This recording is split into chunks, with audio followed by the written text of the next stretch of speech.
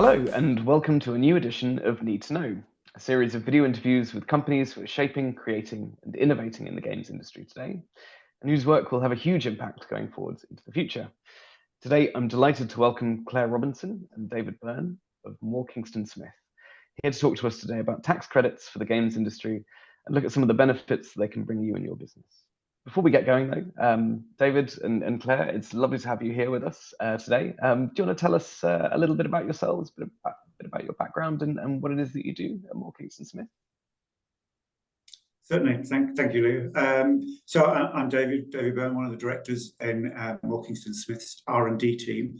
So we help companies across all sectors, but quite a few in the interactive entertainment sector with their R&D claims. So R&D claims, as we'll go through, are an important government incentive.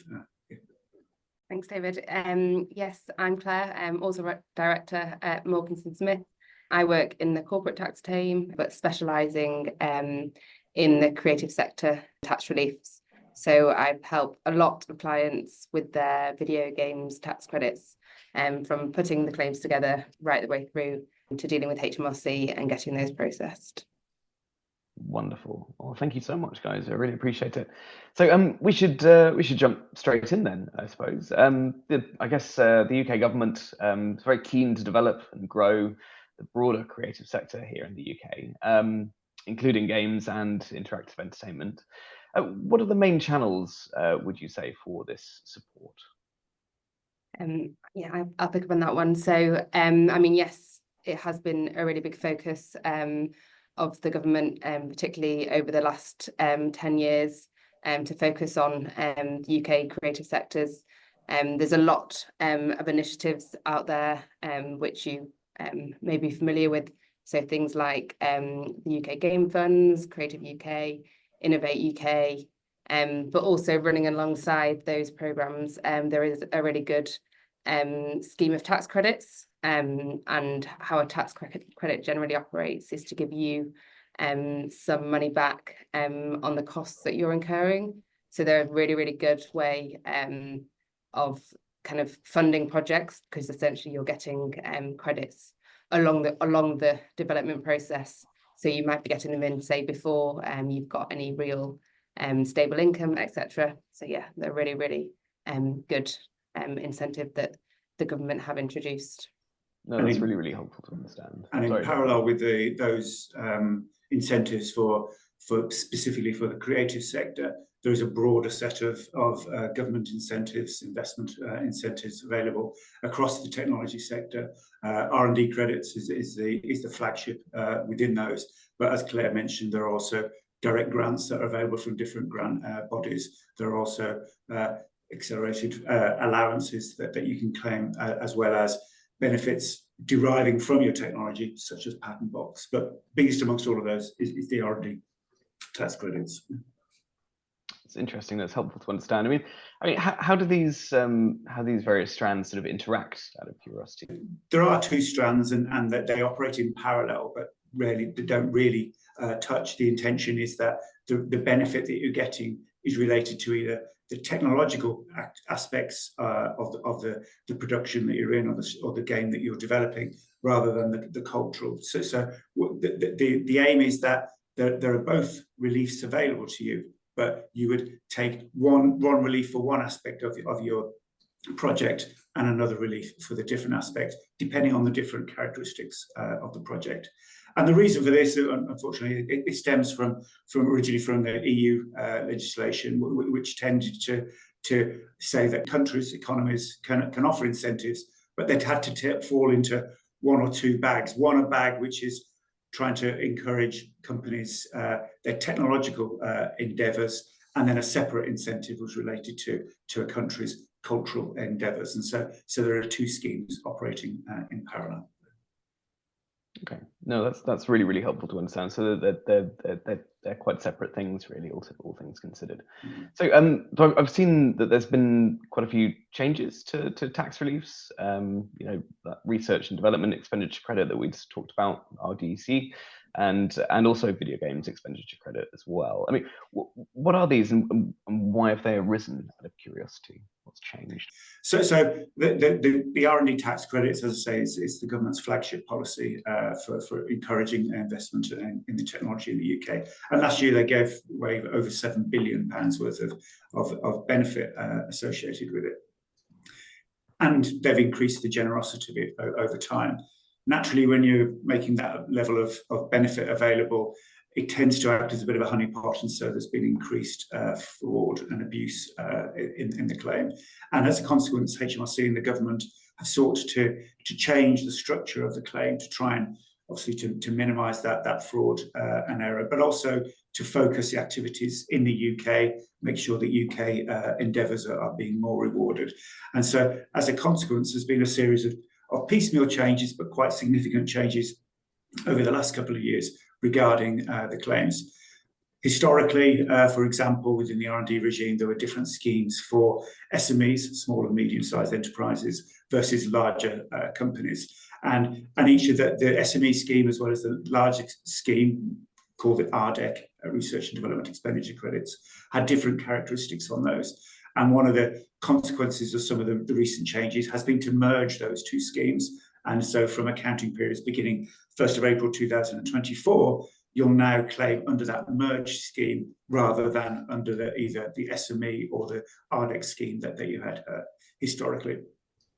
Consequence of that merger is quite profound for some companies. Certainly, it's going to create winners and losers, to use the parlance, for companies. Some companies that previously would not have been able to claim will now more likely to be able to claim, and some companies that historically have claimed some types of expenditure may find that that's more restrictive now.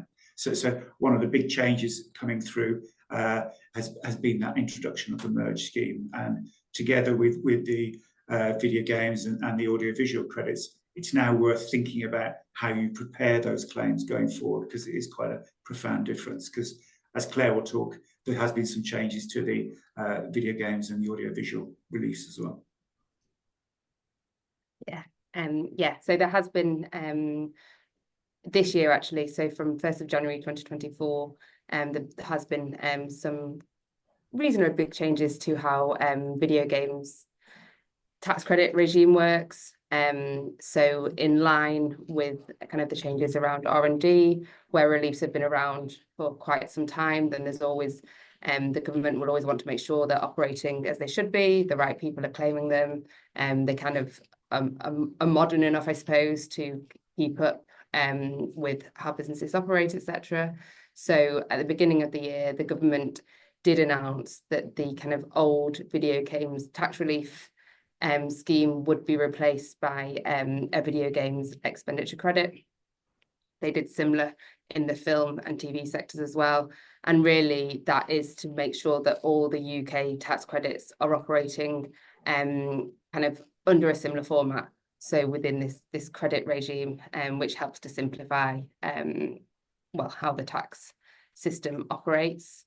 I mean, practically, I suppose, in terms of qualifying conditions for the company, for what costs would qualify, for example, they haven't changed fundamentally. So it's not expected that kind of different games would now qualify that hadn't previously, or vice versa. That certainly wasn't the intention around the video games changes. One caveat to that is that the old video games tax credit used to have a focus on EEA expenditure, and one of the conditions was that you had to have a minimum 25% of your production spend in EEA. That has now changed to be refocused on UK expenditure, which is also in line with what David was saying around bringing in activities in the UK, obviously also in line with the UK Brexit.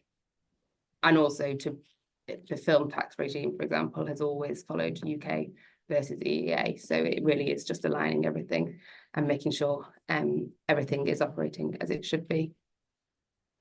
Absolutely, it's quite an important change, all things considered, especially with how the games industry operates. Yeah, I would say as well. Sorry, just adding to that. So previously the minimum EEA was 25%, whereas now they've refocused on UK. They have reduced that threshold to 10% of the spend, and they've also slightly changed kind of how you determine what UK spend would be. So for EEA, that used to be focused on where the goods or services were being provided from, for example. Now we're looking at UK, you're really looking at where the goods or services are used or consumed, which is quite technical speak, but basically it means you're following the production activity rather than kind of where your supplier is necessarily. So it's, again, really trying to focus and make sure that they're actually incentivizing UK production activity over kind of anything else. Absolutely. So about these incentives, I mean, what are the current incentive rates that are available through these schemes? Oh, go on, sorry, David. Go ahead, Claire. Yeah, so from the video games expenditure credit, so that the above the line rate, so the credit rate is 34%. When I say above the line, what I mean is basically that tax credit would come in kind of before your profit and then be taxed. What it ultimately ends up being is that you end up with relief of about 20.4% of your qualifying production costs. So say you had qualifying production costs of 100 grand, you would expect to get around 20,400 in relief on those. R&D perspective, the rates have changed. As I said, they used to be quite generous, and that attracted the fraud and abuse. And there were different schemes, but currently the benefit are less generous than the audiovisual and the video games. So it's a 20% above the line credit. So that's part of your taxable income. Once you could use that to offset against your tax payments, but for many companies who don't have tax liabilities, they can claim back a payable tax credit net of tax of that. So if you spent £100,000 that Claire referenced, you'll get a £20,000 grant, effectively a credit above the line, akin to a grant. But that's taxable, so you can get that refunded net of tax at 25%. So that's £15,000 out of that £100,000. There's a slight tweak in the legislation that now means that you get 16,200, 16.2% of your qualifying expenditure back. Okay, no, that's really helpful to understand in terms of how those are slightly different and and incur their own tax as well. So, I mean, if I was an indie game studio who hasn't claimed before or anything, and I'm embarking on a new project, what should I be sort of thinking about in terms of sort of preparing along these lines? So I mean, start with, I think, go straight back, all the way back, and I mean, first of all, you would need a UK company to be making these claims. Both the video games and the R&D reliefs are UK corporation tax reliefs. So if you don't have a UK company set up, you're not going to be eligible to make a claim. It's also, I think, really important from the outset to, I mean, I'm sure you would be, but thinking about your funding, thinking about your budgeting, thinking about how much of your budget, for example, you could get back through the tax credits that are available, and factoring that in to your budgeting, to your cash flows, etc. I think for all, if you're claiming any tax relief, record keeping and making sure you're properly capturing costs all the way along is essential in case you ever need to, for example, to support the claim before you put it in, or if ever a claim was questioned and then you've got the evidence there to support.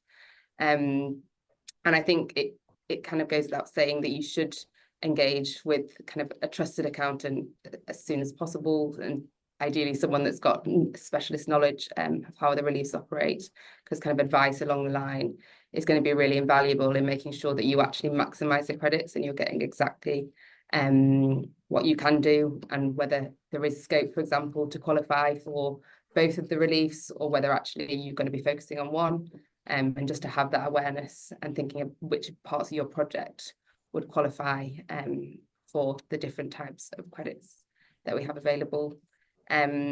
Specifically on the video games tax side, there is a requirement for the British Film Institute to qualify your game as culturally British. I would say that application can take quite a while to get through. So my advice to clients is always to get that in as soon as possible, because you don't want that to be delaying ultimately you being able to make a claim. And then following on from that, as Claire said, sort of the important thing is to have maybe a top-down approach where you look at what are the costs of your project, both on both that creative cultural side as well as on the technical side. Determine which costs fall into which regime. As we've indicated, there's slightly different benefits associated with what tests you apply to the expenditure. The obligation is that you focus first on the R&D and identify those costs that are eligible for R&D relief, primarily people costs. You can also include software licenses, cloud environment costs and the like, but primarily your people and software costs. And then having identified those, as Claire said, when you make a claim and under you can apply to BFI to pass the cultural test, there isn't that independent sort of verification with an R&D claim as to how you've met the technical tests of being R&D. So you need to start preparing the evidence to support the assertion that this is R&D for tax purposes. So specific definition of R&D hasn't changed broadly in nearly 20 years.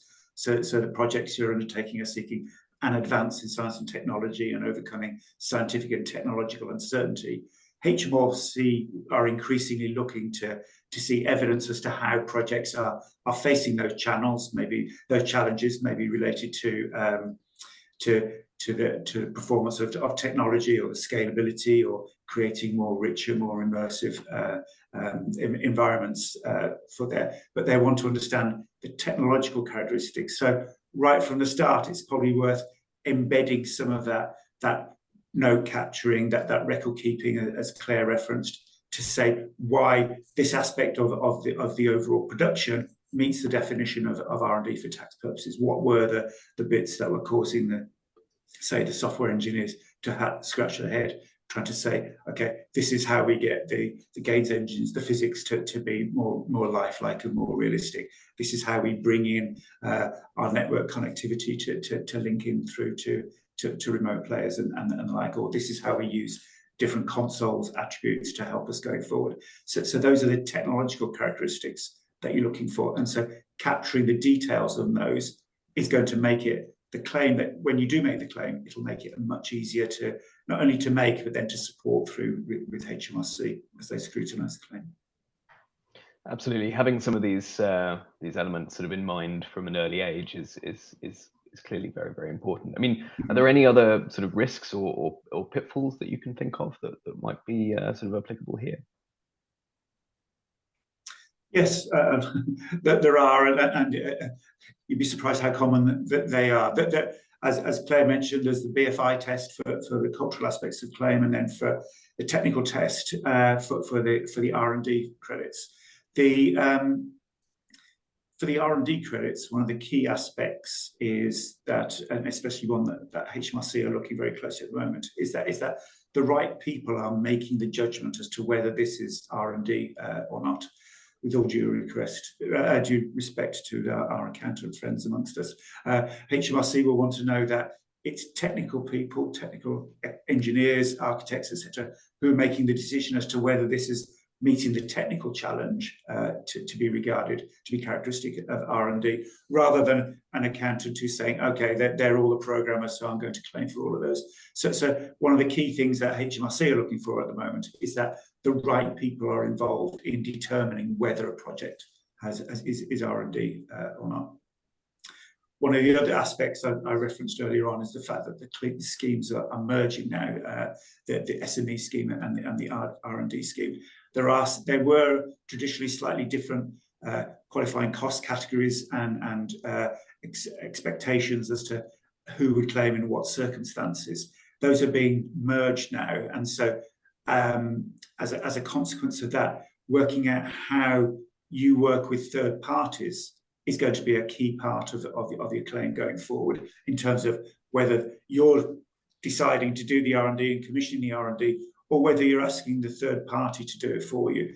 Understanding that relationship is a key part of understanding who will get the credits arising from the production that you've had. So there are a number of key areas to think about, in addition to all of the record keeping and contemporaneous notes that we spoke about in the past.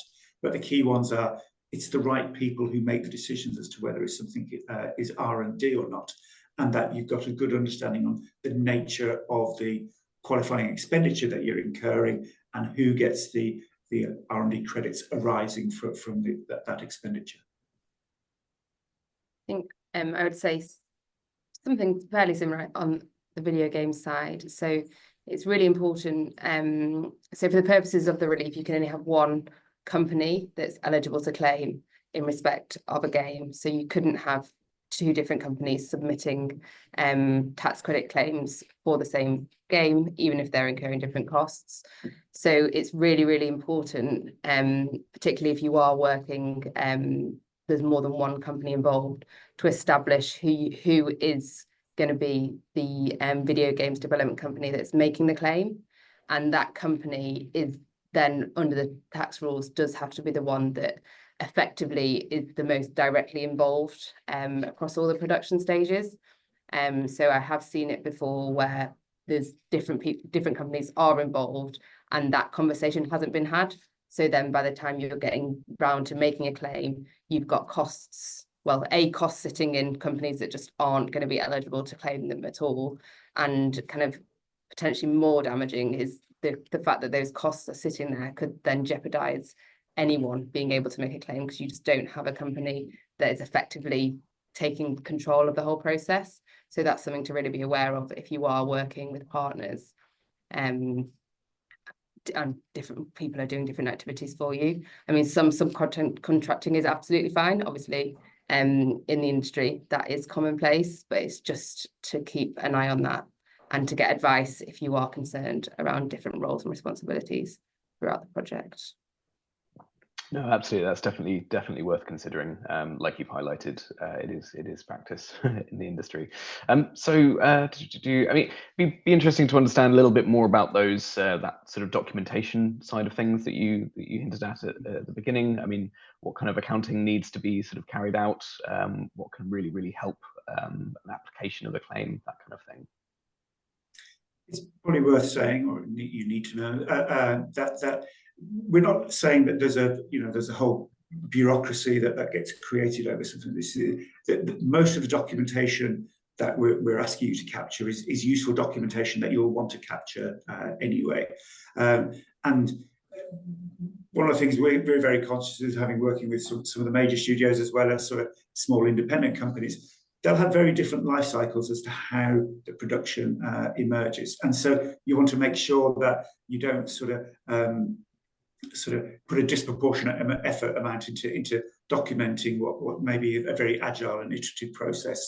And how you do that would be very different compared to if you had a more traditional sort of stage gate waterfall type process. So the key thing from an R&D perspective, say if you're in that sort of defined stage gates, is as you enter and leave the phases, try and capture a little bit about the nature of the challenge, the technical challenges that you're facing. As I say, it may be related to the physics of a game, or it may be related to the rendering performance, or whatever it is that you're facing there. So as you're going along, try and keep, it could be an email thread or whatever, just some sort of notes as to when you come to make a claim, which may be at the end of the process, that you've got something to act as a prompt for you to remember some of those technical challenges that you faced.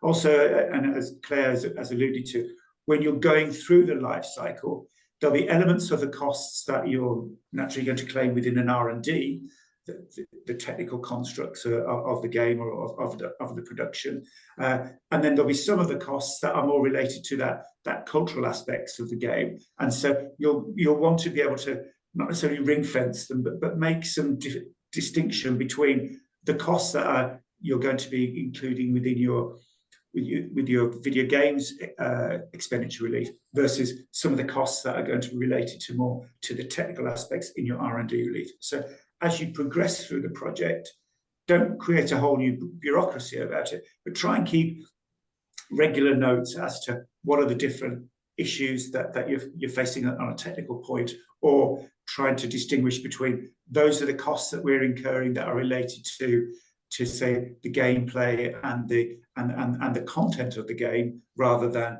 the technological characteristics and the engine, etc., the pipeline of the game itself. Yeah. So thinking of combining those two, I mean, is it possible to claim on all of a project's costs? So as I said, the way the two schemes interact, you start off saying what costs are eligible from an R&D perspective, and then once you've excluded those, you then look at what the creative reliefs are. But from an R&D perspective, as I say, that there are defined cost categories that you can claim for. They relate to people, so the staff of the company making the claim, or any people that they bring in, maybe freelancers or group companies if you're a more sophisticated organisation, that are helping you perform the R&D and acting under your control and supervision, or you're subcontracting the R&D to them. Then you can also claim for, as I said, for software license costs, data license costs, cloud computing type costs. And it's not something that we see as a feature within the interactive entertainment sector, but you can also claim for if you're consuming materials in the process beyond your utility type costs. If you were sort of having to trial a manufacturing run of a new can of tomatoes or whatever the case may be, if you're in a manufacturing environment, you could claim for those materials, but we don't see that as a feature within the interactive entertainment section. And then on the video games tax credit side, the focus is kind of away from cost categories and more to the activity which is being carried out. So it really is focused on, it looks at a game kind of and through the different phases that you would go through in producing said game. So the phases that would qualify for relief are your costs incurred in the design, producing and testing of a video game. So phases which are excluded are kind of like your original concept design, so your speculative kind of working out if a project's commercial, got commercial appeal, etc. And then post completion of the game, kind of debugging, post-release maintenance, that would also be excluded. So it's just the design, producing and testing phases that we can claim the tax credit on. So in terms of when you are pulling together claims, it's really important from the outset to kind of have your production schedules, and also to, as you're going through the phases, it's really helpful if you can allocate costs across those different phases. There is also, it's important on the video game side to track your non-UK spend versus your UK spend, as I've already mentioned, that's relevant in terms of the qualifying conditions. It's also relevant in terms of how your ultimate relief is calculated. So yeah, again, very important when you're recording your costs on that side. Absolutely, no, that's really, really helpful to understand. So out of curiosity then, I mean, what does a typical timeline of a claim actually sort of look like? So I mean, the claim itself is, as I've said, it's made through a UK corporation tax return. So you are ultimately following, as a starting point, your kind of accounts year end. So wherever that might fall, and you would complete your tax return in line with kind of that filing process. I mean, in terms of the tax returns themselves, they've got to be submitted within 12 months of your accounting period ended, so a year effectively. Often people want to get those submitted much sooner, obviously, because once the tax return is submitted, then it's with HMRC to process.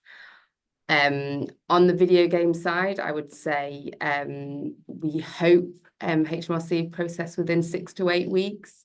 It can take longer, and it obviously depends kind of how busy they are at that time. They don't have any kind of statutory requirement to process within any set time. But that is generally where we would hope claims to be processed within. For the R&D credits, it's slightly different in that you've got a longer window in which to make a claim. Typically, it's up to 2 years at the end of the accounting period. But as Claire says, that these are all claims that you make in retrospect, having undertaken the activity. Then you prepare the claim. HMRC, again, arising from that fraud and error that I spoke about before, in order to sort of try and mitigate some of this, that they have increased the amount of information that you need to provide in order to make a claim. So it's effectively something called an additional information form. It's information that you would typically be gathering anyway as part of an R&D study. And obviously the length of an R&D study depends on so many different characteristics. Typically we'd like to think that we could do it within a 4-week window from sort of starting off the project through to submitting it through to HMRC. But obviously there are some projects that you can do in a couple of days, and obviously rely on having the information ready and the support of a claim ready to go. But there are some projects that do take a long time, large complex projects that with a lot of different technical characteristics. But typically an R&D study, you would allow for a month of elapsed time, but obviously that it's not intensive throughout that month. It's just that there are a series of stages that you go through.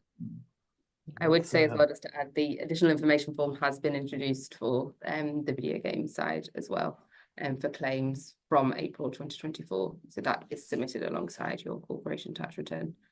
And the 2-year point, in theory, you do have 2 years to submit your tax relief claim, because you could amend a claim after the 12 months, and that takes you up to 2 years as well on that side, just to clarify. So out of curiosity then, would all gaming projects qualify for this relief, or for these reliefs rather? In short, no. So on the video games side, the rules are focused on culturally British video games. So this is all around trying to encourage the UK sectors. And the games have also got to be intended to be supplied to the general public, which is, well, usually that is the intention, but that is to be aware of. On the culturally British side, I have referred to it before, but there is a special cultural test, which is administered by the British Film Institute. And how that test works is that you effectively have to get a minimum number of points across 4 specific areas, and then the BFI will say the video game they consider to be culturally British. Just give you a quick overview of those areas. So they look at the cultural contribution. So that's overall the video game as a whole, how it's showing some relevant British creativity, heritage, and then you focus more in on the specific aspects of the games. So you look at cultural hubs, which is where the production activity itself is based, and whether that's in the UK or not. You look at cultural content, so that's the game itself. So for example, where the setting is, where the characters are, what language is used. And then finally, you would look at your cultural practitioners, and what that means is who you've got working on the game and what their nationality is. So across those 4 areas, you have to get the requisite number of points. And also on the R&D side, again, not all projects will qualify. Obviously, there'll be some productions that are more about the gameplay or the context with it, or the aesthetics of the game. And because they're not necessarily related to the technological characteristics, then that's not part of the R&D scope of a project. But even obviously recognising that technology is a foundational element of nearly all video games or audiovisual productions these days, then even looking at that technology, the R&D scheme aims to distinguish between what you might call a routine use of technology, rather than where you're having to develop technology, so advance the underlying technology in order to make, say, your capability more performant, as I mentioned earlier on about rendering time, or to make it better integrated. You're also working in with third parties to maybe providing different widgets in your game. And so you focus on the technological characteristics of those and trying to distinguish between where you're just using technology in a routine way versus where you're having to advance your technological knowledge and capability in order to meet the more elevated technical requirements that you have within your project. Perhaps about the speed of performance, perhaps about scalability of games globally these days, or perhaps the level of integration in with third-party services and providers. Yeah, no, I appreciate that. That makes sense. I mean, I think as well, it would be interesting to sort of consider how investors fit into all this. I mean, do they look for potential in terms of the claim at all? Yeah, I'd say certainly investors and funders will often look at how much of a project is effectively, well, how much of a rebate you're going to get, because effectively that is funding a project. So certainly, I would say. Yeah, I mean, if you look at the original policy goals for these reliefs, they're obviously to encourage investment in the UK and to keep the creative sector strong and internationally competitive. And so it's important from the government that we see that. I know in different spaces where you may be working with, say, mergers and acquisitions, the value of the credits on an ongoing basis is sometimes a factor in valuations. But certainly investors looking in schemes or whatever, that given that the benefits are so generous, whilst it might not necessarily be a swing factor in their investment, it'll be an important consideration in their investment. Absolutely. Yeah, no, that makes a lot of sense. Well, thank you so much, Claire and David. I really appreciate you joining me here today. I think there's an awful lot to think about there, and things for games companies to consider. Thank you so much. I really appreciate it. It's been lovely having you. Pleasure. Thank you, Leo. Wonderful.